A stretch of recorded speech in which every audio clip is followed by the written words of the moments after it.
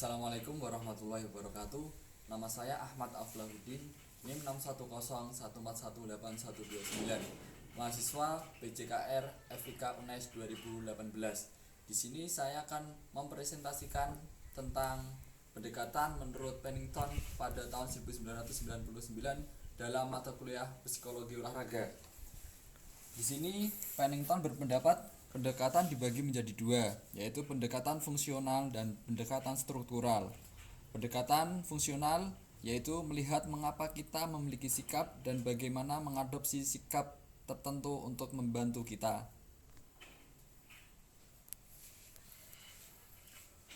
Dalam hal tersebut, penjabaran dari pendapat Pennington, sikap kita sangat mempengaruhi kehidupan kita berkelanjutan. Jadi kita dituntut untuk memiliki sikap yang baik untuk kehidupan di masyarakat, di lingkungan sekitar kita. Pendekatan struktural yaitu melihat pada faktor-faktor berbeda yang membentuk sikap. Terdapat dua faktor, faktor internal dan faktor eksternal. Faktor internal terdapat dalam diri kita masing-masing.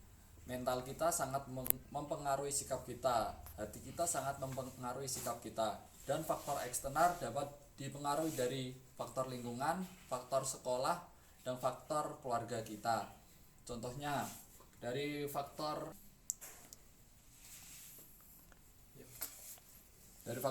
lingkungan tersebut, apabila kita berteman dengan seorang yang religius, kita akan ikut-ikutan religius.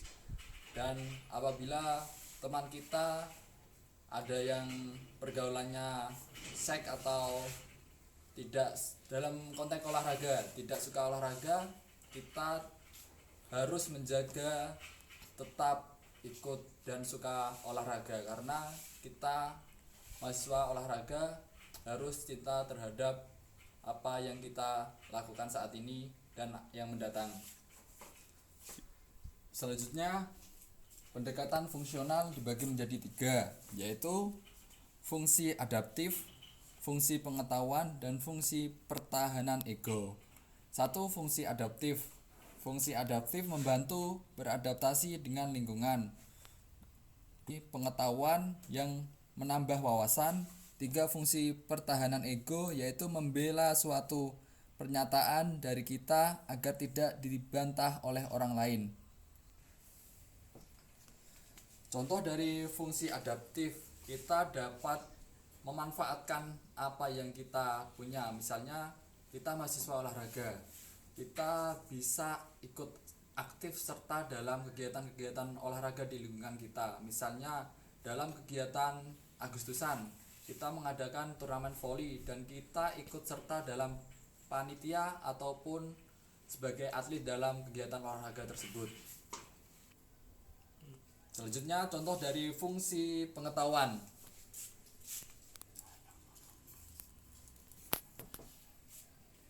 Dari fungsi pengetahuan atau wawasan, kita memiliki teori-teori olahraga yang diajarkan di kampus kita. Misalnya pada saat kegiatan melakukan atau membuat lapangan bulu tangkis, kita memberikan apa yang kita tahu untuk membuat lapangan bulu tangkis. Misalnya ukuran, panjang dan lebar dalam lapangan bulu tangkis tersebut. Dan fungsi yang ketiga adalah fungsi pertahanan ego. Maksudnya, dalam fungsi pertahanan ego tersebut, kita yakin atau berkomitmen atas keputusan-keputusan kita. Misalnya, dalam contohnya, apabila kita menjadi wasit, kita harus jujur dalam memimpin pertandingan tersebut, tidak berat sebelah, dan harus tepat saat memutuskan suatu perkara. Selanjutnya ialah pendekatan struktural. Pendekatan struktural dibagi menjadi 3 dimensi, yaitu dimensi kognitif, dimensi afektif, dan dimensi perilaku.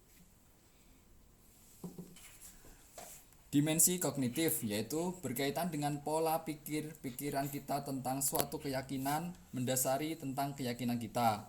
Dimensi afektif Unsur sifat afektif menyangkut perasaan atau emosi seseorang seperti marah, sedih, dan gembira. Dimensi perilaku menyangkut tindakan kita.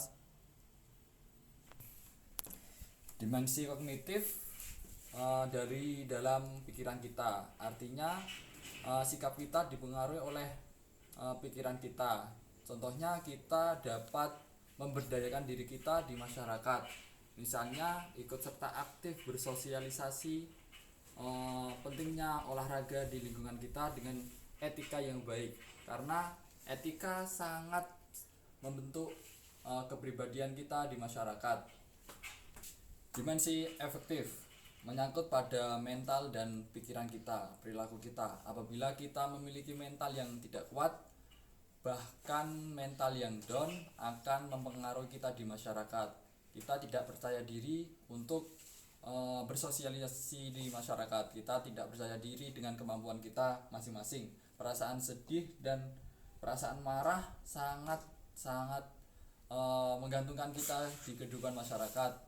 Tidak baik di kehidupan masyarakat. Kita harus memiliki sikap yang sikap baik. Contohnya adalah sikap yang berani, tanggung jawab, seperti yang diajarkan kita sebagai mahasiswa olahraga adalah sportivitas.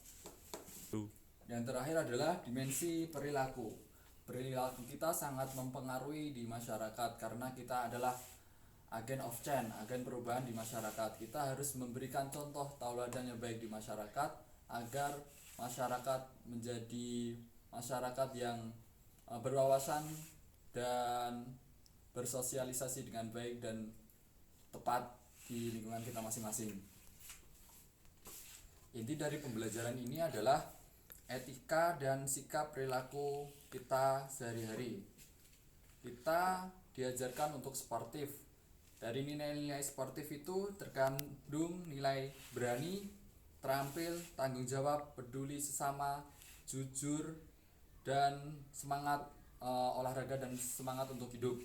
Kita sebagai pelaku olahraga diterapkan pada nilai-nilai yang sangat luar biasa tersebut, baik terhadap lingkungan dan sesama untuk bermanfaat hidup di dunia ini.